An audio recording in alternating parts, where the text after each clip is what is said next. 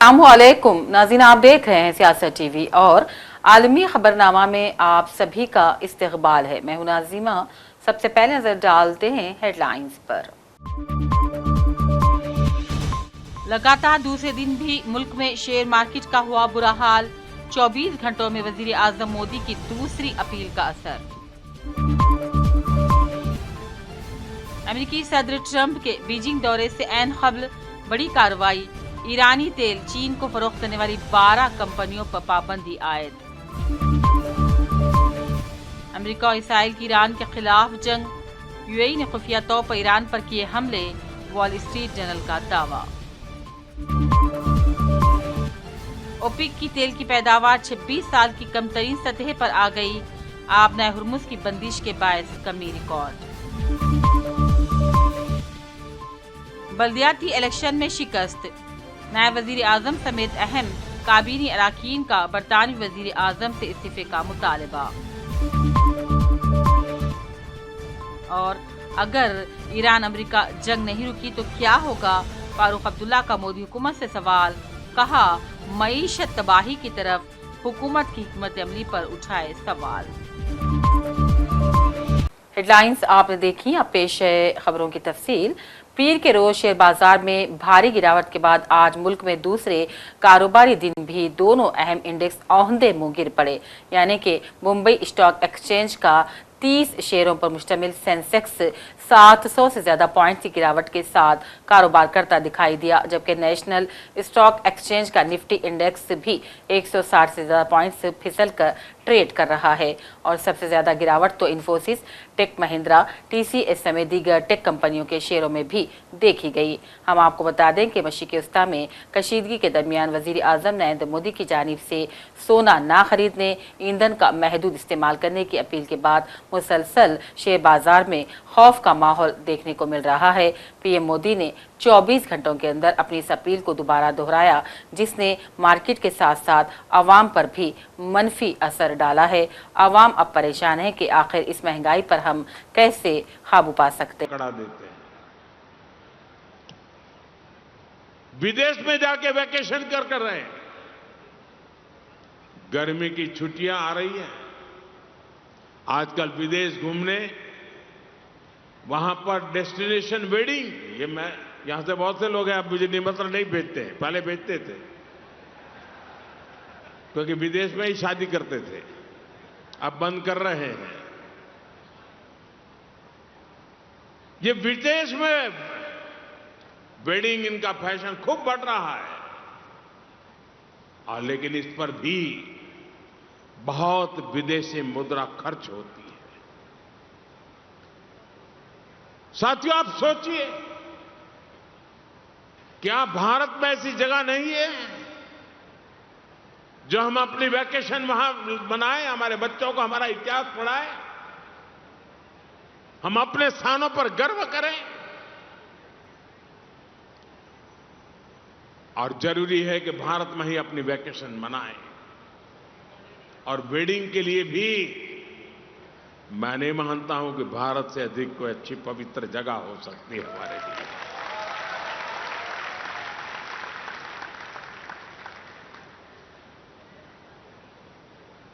जब यहां वेडिंग करते हैं ना, तो हमारे पूर्वजों की मिट्टी भी हमें आशीर्वाद देती है। और वेडिंग के लिए भी भारत के ही अनेक स्थान है, उसको हम चुने। हमारे गुजरात में तो वैसे भी एक से बढ़कर एक स्थान है। और मैं तो आप सब पाटीदार भाइयों को तो कहूंगा, आपको तो अब शादी स्टैच्यू ऑफ यूनिटी वहीं पर जाके करनी चाहिए।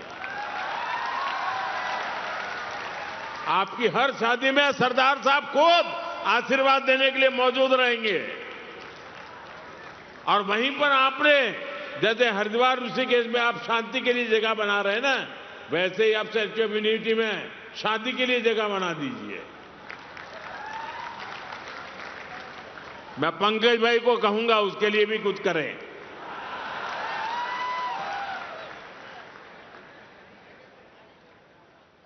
जैसे हाल के वर्षों में सरदार साहब और जैसे जैसे मगरबी एशिया में तनाव बढ़ रहा है, हिंदुस्तान की सनत के सरकर्दा रहनुमा वज़ीर आज़म मोदी के पैगाम के साथ मुआफ़क़त करते नज़र आ रहे हैं, जिसमें मौशी इस्तेहकाम, तवानाई की सलामती और कौमी लचक का मुतालबा किया गया है। तिजारती हिकमत अमली से लेकर तेल की कीमत के खदशात और सप्लाई चेन के इस्तेहकाम तक कॉरपोरेट आवाज़ें आलमी गैर यकीनी सूरत हाल के दरमियान मुल्क के मोहतात लेकिन पुरएतमाद अंदाज को भी उजागर कर रही है। आइए सुनते हैं इन माहिरीन की इजहार ख्याल। Difficulties that the world is facing currently on economic terms. His message yesterday was very profound.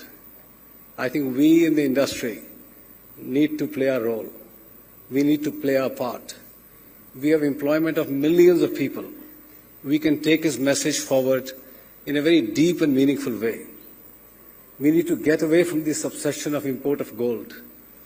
We need to lower our energy costs. We need to move more faster towards renewable energy in our industry. And importantly, we need to vote with our feet within our country. Spend more here, put more capex here.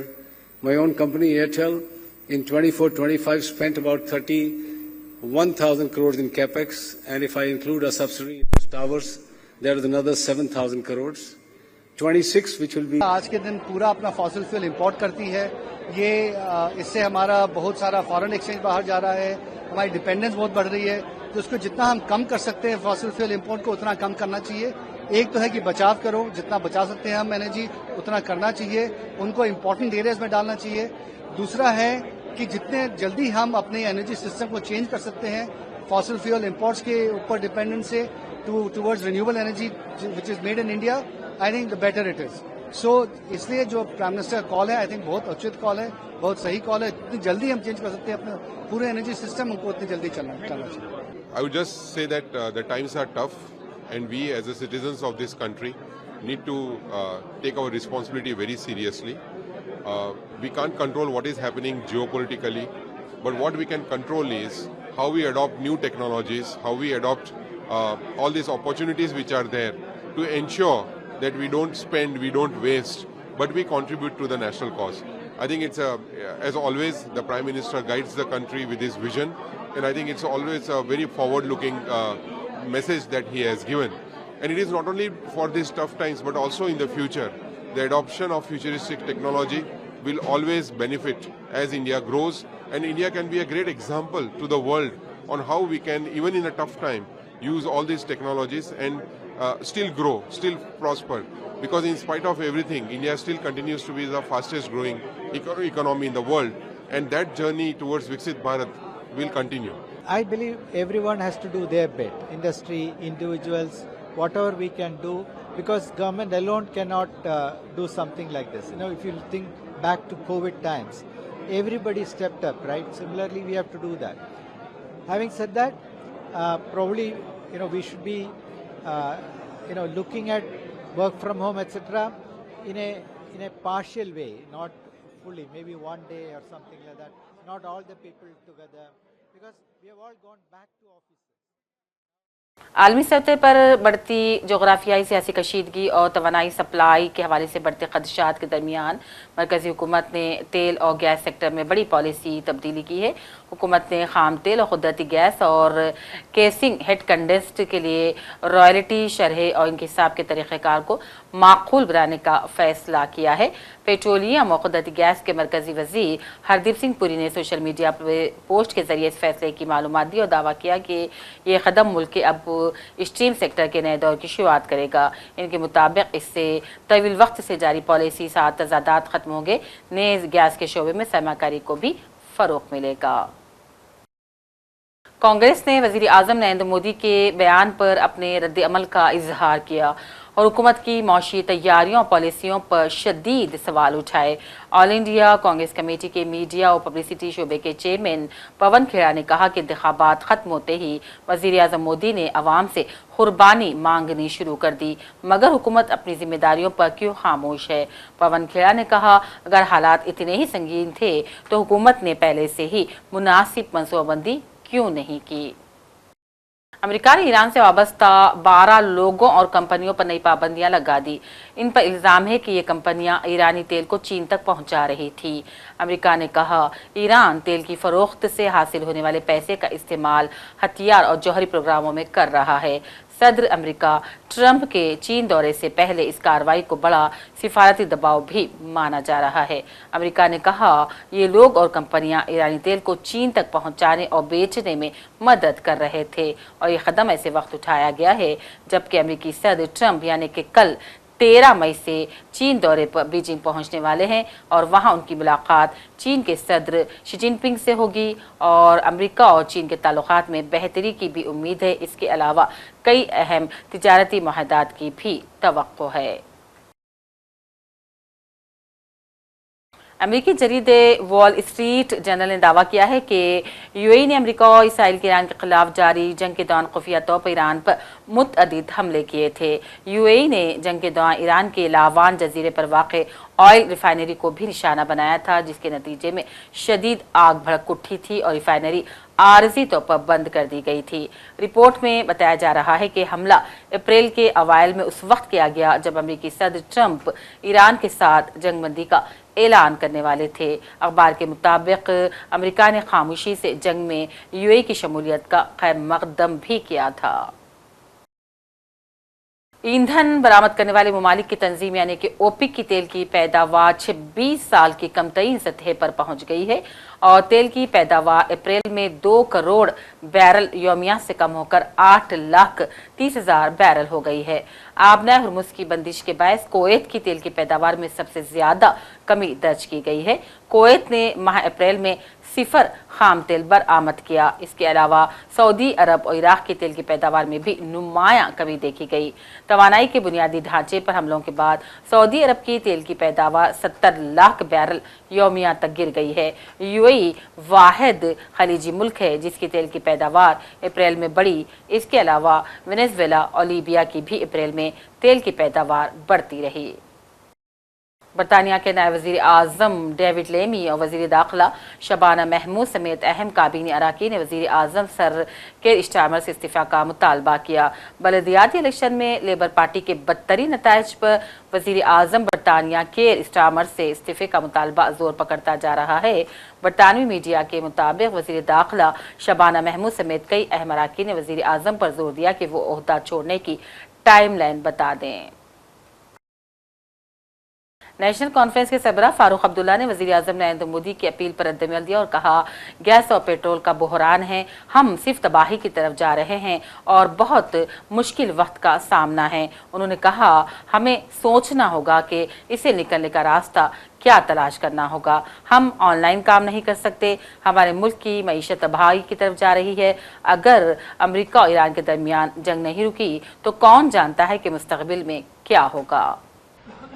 अफसोस इस बात का है कि online गरीब आदमी के पास सहूलियत नहीं है, इसे बहुत मुश्किल है।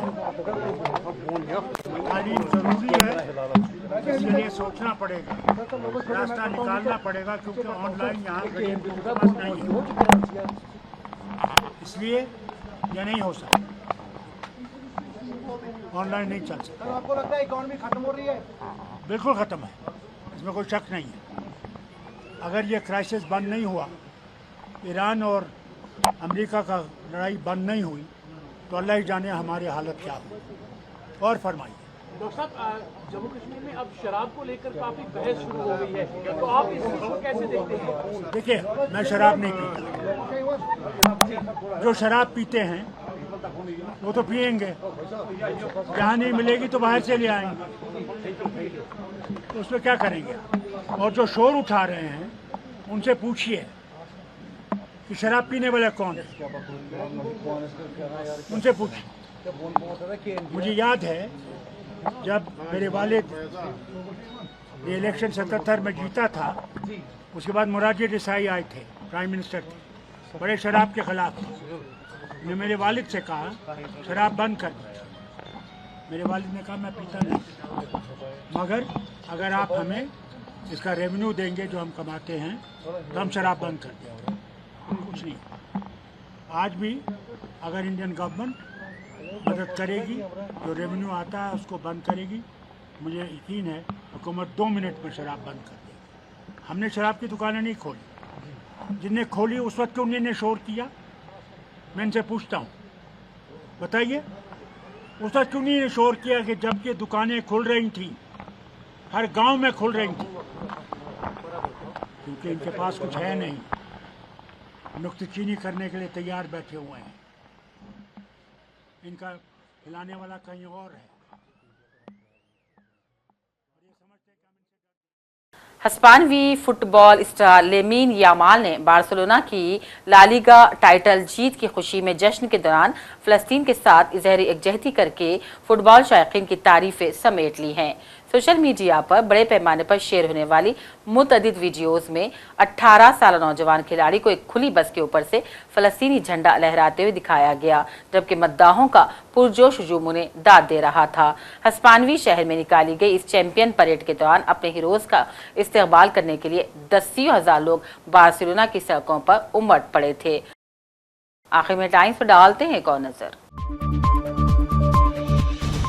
लगातार दूसरे दिन भी मुल्क में शेयर मार्केट का हुआ बुरा हाल। 24 घंटों में वजीर आजम मोदी की दूसरी अपील का असर। अमेरिकी सदर ट्रंप के बीजिंग दौरे से ऐन क़ब्ल बड़ी कार्रवाई। ईरानी तेल चीन को फरोख्त करने वाली 12 कंपनियों पर पाबंदी आयद। अमेरिका और इसराइल की ईरान के खिलाफ जंग। यूएई ने खुफिया तौर पर ईरान पर किए हमले। वॉल स्ट्रीट जर्नल का दावा। ओपेक की तेल की पैदावार 26 साल की कम तरीन सतह पर आ गई। आबनाए हुर्मुज की बंदिश के बायस कमी रिकॉर्ड। बल्दियाती इलेक्शन में शिकस्त। नायब वजीर आजम समेत अहम काबीनी अराकीन का बरतानवी वजीर आजम से इस्तीफे का मुतालबा। और अगर ईरान अमेरिका जंग नहीं रुकी तो क्या होगा? फारूक अब्दुल्ला का मोदी हुकूमत से सवाल। कहा, मईशत तबाही की तरफ हुकूमत की हिकमत अमली पर उठाए सवाल। इसी के साथ आलमी खबरनामा का सिलसिला अब यहीं अख्तिताम को पहुंचता है। पूरी टीम के साथ दीजिए इजाजत। देखते रहिए सियासत टीवी। अल्लाह हाफिज।